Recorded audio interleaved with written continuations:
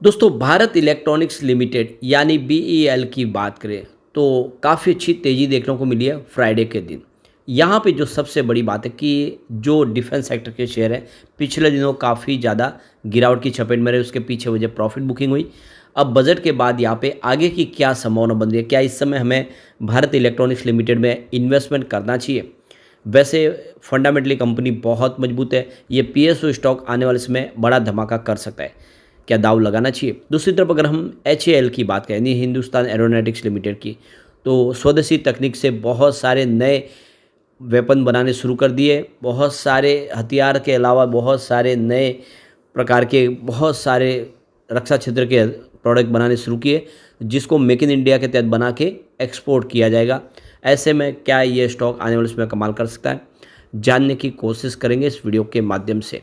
लेकिन फ्रेंड, उससे पहले अगर आप पहली बार हमारे चैनल पे आए तो चैनल को सब्सक्राइब कर दीजिए, एक बेल आइकॉन दबा दीजिए ताकि जब भी नया वीडियो बने पहला नोटिफिकेशन आपको मिले। वीडियो पसंद आए तो लाइक से जरूर कीजिए। चलो फ्रेंड्स, वीडियो स्टार्ट करते हैं। मैं हूँ आपका दोस्त एस बी दवे और हमारे अपने चैनल ऑनलाइन कमाई में आपका बहुत बहुत स्वागत है। तो सबसे पहले भारत इलेक्ट्रॉनिक्स लिमिटेड की बात कर ले तो स्टॉक की शुरुआत पॉजिटिव हुई 303 पर, क्लोजिंग थी गुरुवार की 301 के आसपास। इंट्राडे में 310 का हाई बना और लो है वो 302 का है। यहाँ पे जो अच्छी बात यह है कि क्लोजिंग बिल्कुल ऊपर की तरफ रही है 310 पर 3% की तेज़ी के साथ। तो इससे एक बात तो क्लियरली समझ में आ रहा है कि यहाँ पे प्रॉफिट बुकिंग दिखाई नहीं दे रही है और काफ़ी अच्छी खरीदारी हो रही है। बाजार का भी साथ मिला, बाजार में ज़बरदस्त तेज़ी थी। अब इसकी परफॉर्मेंस देखें तो पिछले 10 सालों में इसने 1606% का बम्पर रिटर्न दिया है। 5 ईयर के हिसाब से 837% का शानदार रिटर्न दिया है स्टॉक ने। पिछले 2 सालों में 244% की शानदार तेज़ी बनी है और पिछले 1 साल में 143% का ज़बरदस्त रिटर्न दिया है स्टॉक ने। और 6 मंथ की बात करें तो 63% का शानदार रिटर्न दिया है। यानी इस स्टॉक ने लगातार अच्छा रिटर्न दिया है। लेकिन पिछले 1 महीने में देखें तो यहाँ पे 1% के आसपास की ही तेज़ी बनी है, क्योंकि पिछले 1 महीने से स्टॉक कंसोलिडेट हो रहा है बड़ी तेज़ी के बाद। 1 वीक के हिसाब से 1.2% की गिरावट है और 1 डे के हिसाब से फिर से 3% की तेज़ी बनी है। तो करेक्शन इसमें लगभग पूरा हो चुका है, बड़ी तेज़ी के लिए स्टॉक तैयार होता हुआ दिखाई दे रहा है। और इसके पीछे वजह है डिफेंस सेक्टर के लिए इस बार बजट में बड़ा ऐलान। तो चाहे एचएएल हो, बीईएल हो या फिर मझगांव डॉक शिप बिल्डिंग हो, इन सब में एक अच्छी तेज़ी की संभावना बन सकती है, क्योंकि ये लगभग 20% करेक्ट हो चुका है अपनी ऊपरी प्राइस से। तो डिफेंस सेक्टर के इस बार काफ़ी बड़ा ऐलान किया गया है और ऐसे में हम कह सकते हैं कि ये जो स्टॉक है ये बेहतर प्रदर्शन कर सकते हैं आने वाले समय।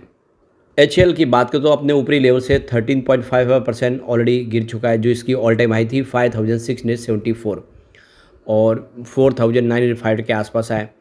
बीएल की बात करें, यहाँ पर भी ऊपर के लेवल से 9% की गिरावट देखने को मिली। 340 तक स्टॉक चला गया था और वहाँ से देखो कि 309 के आसपास है और कल इंट्राडे में तो 303 तक आ गया था। काफ़ी ज़्यादा इसमें करेक्शन हो चुका है।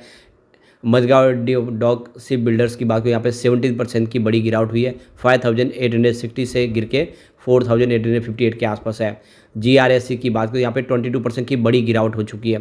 तो लगभग सभी जो स्टॉक है वो काफ़ी ज़्यादा करेक्ट हो चुके हैं और अब देख सकते हो कि यहाँ से तेज़ी की संभावना बन रही है। तो आईसीआईसीआई सिक्योरिटीज़ का कहना है कि एक बहुत अच्छी अपॉर्चुनिटी है डिफेंस सेक्टर के मजबूत शेयरों में दाव लगाने की, क्योंकि काफ़ी ज़्यादा करेक्ट हो चुके हैं और बजट के बाद आने वाले समय एक अच्छी संभावना दिख सकती है। तो देखो कि फाइनेंशियल ईयर 2024-25 के लिए यूनियन बजट में जो डिफेंस सेक्टर के लिए जो यहाँ पे एलोकेट किया गया वो है 6,21,940.85 करोड़, यानी करीब 75 यूएस बिलियन डॉलर का इस बार बजट रखा गया है। तो काफ़ी बड़ा ये बजट है और आप देख सकते हो इंटरिम बजट से सिर्फ 400 करोड़ नीचे ही इस बार बजट रखा गया, यानी लगभग सम वैसा ही बजट है। तो इस बार का जो बजट है देखो फाइनेंशियल 2023 के मुकाबले 18.43% ज़्यादा, यानी लगभग 1 लाख करोड़ के आसपास ज़्यादा रखा है। और फाइनेंशियल 2024 की बात करें 4.79% ज़्यादा है, यानी बजट लगातार बढ़ाया गया है डिफेंस सेक्टर का। तो यहाँ पे आईसीआईसीआई सिक्योरिटीज़ का कहना है कि इस बजट के बाद यहाँ पे खरीदारी की संभावना बन रही है, क्योंकि सरकार ने डिफेंस सेक्टर के लिए बहुत बड़ी अमाउंट यहाँ पे सैंक्शन की है और स्पेशली डोमेस्टिक मैन्युफैक्चरिंग को बढ़ावा देने के लिए यहाँ पर भी टोटल वेपन वगैरह बनाने के लिए रिकॉर्ड कैपिटल बजट रखा है इस बार 1.72 ट्रिलियन रुपीज़ का। और स्पेशली अगर आप देखें तो एयरक्राफ्ट, इसके अलावा एरो इंजन्स और दूसरे और भी बहुत सारे प्रोजेक्ट के इक्विपमेंट बनाने के लिए इस बार बजट में ऐलान किया गया है।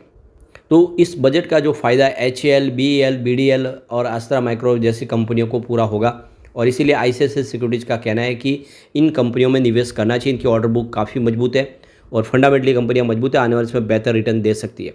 अब यहाँ पे देख सकते हो कि हम BEL की परफॉर्मेंस को देखें पिछले 10 साल में। सबसे पहले सेल्स ग्रोथ देखें तो 10 ईयर के हिसाब से 12% है, 5 ईयर के हिसाब से देखें तो थोड़ा सा स्लाइटली डाउन होकर 11% हुआ, 3 ईयर के हिसाब से 13% था, जो TTM 14% हो चुका है। यानी सेल्स ग्रोथ काफ़ी अच्छी बढ़ी है। प्रॉफिट ग्रोथ देखें तो 10 ईयर के हिसाब से 15% है, 5 ईयर के हिसाब से देखें तो 16%, 3 ईयर के हिसाब से बढ़ के 24% होगी, इस TTM 34%, यानी प्रॉफिट ग्रोथ लगातार बढ़ी है। तो ये आंकड़े बहुत ज़्यादा उत्साहवर्धक है और ऐसे में निवेश का जरिया बनता है। यहाँ पे शेयर होल्डिंग पैटर्न देखें तो सरकार की होल्डिंग यहाँ पे 51.14% के आसपास, जो अनचेंज है। FI की बात, उनकी होल्डिंग स्लाइटली कम हुई है, 17.56% होल्डिंग थी मार्च में, जो जून में 17.43% हुई है। DI की होल्डिंग भी यहाँ पे कुछ कम हुई है, 22.63% की होल्डिंग थी मार्च में, जो इस समय 20.62% के आसपास हुई है। जनरल पब्लिक की होल्डिंग 8.66% थी, जो इस समय 10.82% हुई है। तो ये आपको क्लियरली समझ रही है इस स्टॉक के अंदर सबसे जो कम निवेश था वो जनरल पब्लिक का 10% के आसपास की होल्डिंग है, जबकि उससे डबल 20% की होल्डिंग DI के पास है और 17% की होल्डिंग FI के पास है। जनरल पब्लिक यहाँ पे इंटरेस्ट नहीं ले रही, लेकिन FI DI जम के खरीदारी करे और यही सिग्नल है इसमें दाव लगाने का। ये स्टॉक आने वाले समय आपको ज़बरदस्त रिटर्न दे सकता है। अब चलते हैं हम हिंदुस्तान एरोनॉटिक्स लिमिटेड की तरफ, यानी HAL की तरफ। 4,908 पर क्लोजिंग थी, 1.61% की काफ़ी अच्छी तेज़ी देखने को मिली। अब स्टॉक यहाँ से दौड़ने को तैयार दिख रहा है। वैसे आप देखो कि काफ़ी ज़्यादा करेक्शन इसमें आ चुका है। 5,500 के ऊपर जो स्टॉक था इस समय 5,000 से भी नीचे आ गया।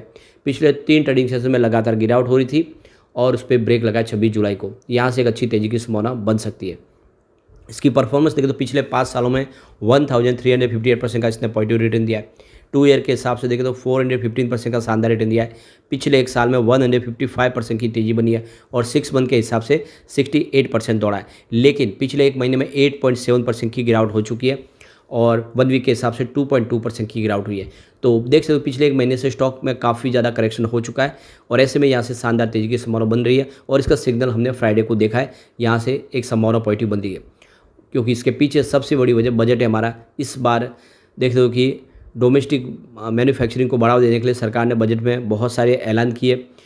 इंडिया चाहता है कि अब इंपोर्ट करने के बजाय एक्सपोर्ट करें, डिफेंस के जो भी प्रोडक्ट है वो एक्सपोर्ट करना चाहते हैं। बजट काफ़ी ज़्यादा बढ़ाया गया है। सबसे जो बड़ी बात है, इंडिया का जो डिफेंस प्रोडक्शन है वो तेज़ी से बढ़ा है, रिकॉर्ड हाई पे पहुंच गया है। देख सकते हो कि 1.27 लाख करोड़ तक पहुंचा फाइनेंशियल 2023-24 के अंदर, जो फाइनेंशियल 2023 में 1.09 लाख करोड़ के आसपास था। यानी हमारा जो डिफेंस मैन्युफैक्चरिंग प्रोडक्शन है तेज़ी से बढ़ रहा है और इसके पीछे सरकार की तरफ से जो लाई गई योजना है और इसका फ़ायदा अब देखने को बिल्कुल मिल रहा है। अभी रिसेंटली हमारे जो डिफेंस मिनिस्टर है राजनाथ सिंह, उन्होंने कहा है कि जो हमारा मिलिट्री हार्डवेयर एक्सपोर्ट है वो 21,083 करोड़ के आसपास, जिसको 50,000 करोड़ तक पहुंचाना है आने वाले 2028-29 तक। तो तेज़ी से हमारा एक्सपोर्ट बढ़ रहा है, इंडिया आत्मनिर्भर बन रहा है डिफेंस सेक्टर में।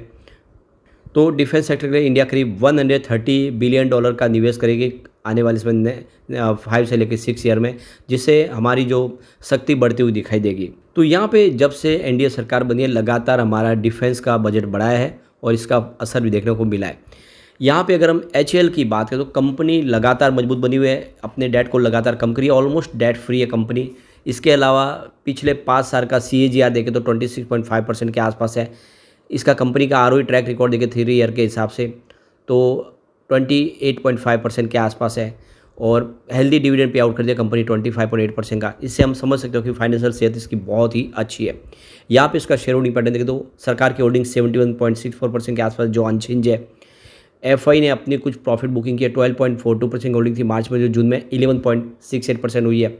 DI की बात करूँ उनकी 9.58% की होल्डिंग थी मार्च में, जो इस समय 8.81% हुई है। जनरल पब्लिक की होल्डिंग कुछ बड़ी है, 6.36% की होल्डिंग थी मार्च में, जो जून में 7.86% हुई है। लेकिन आपको ये ध्यान रखना चाहिए अभी भी बहुत कम निवेश है, सबसे कम कह सकते हैं वो जनरल पब्लिक का ही है, क्योंकि DI की होल्डिंग उससे ज़्यादा है और FI की होल्डिंग भी ज़्यादा है। इस स्टॉक के अंदर जनरल पब्लिक का कोई खास निवेश नहीं किया। बाकी ये स्टॉक वाकई में आने वाले समय कमाल कर सकता है। लॉन्ग टर्म इन्वेस्टर के लिए अच्छा मौका है कि डिफेंस सेक्टर के इन शेयरों में दाव लगाए, ये आने वाले समय आपको माला माल कर सकते हैं। लेकिन फ्रेंड, कोई भी इन्वेस्टमेंट करने से पहले अपने फाइनेंशियल एडवाइजर से बड़े ले ले या अपना खुद का रिसर्च करें, क्योंकि मैंने वीडियो आपके एजुकेशनल पर्पज़ के लिए ही बनाया। वीडियो पसंद आए तो लाइक से जरूर कीजिए और चैनल को सब्सक्राइब कर दीजिए। Thank you friends.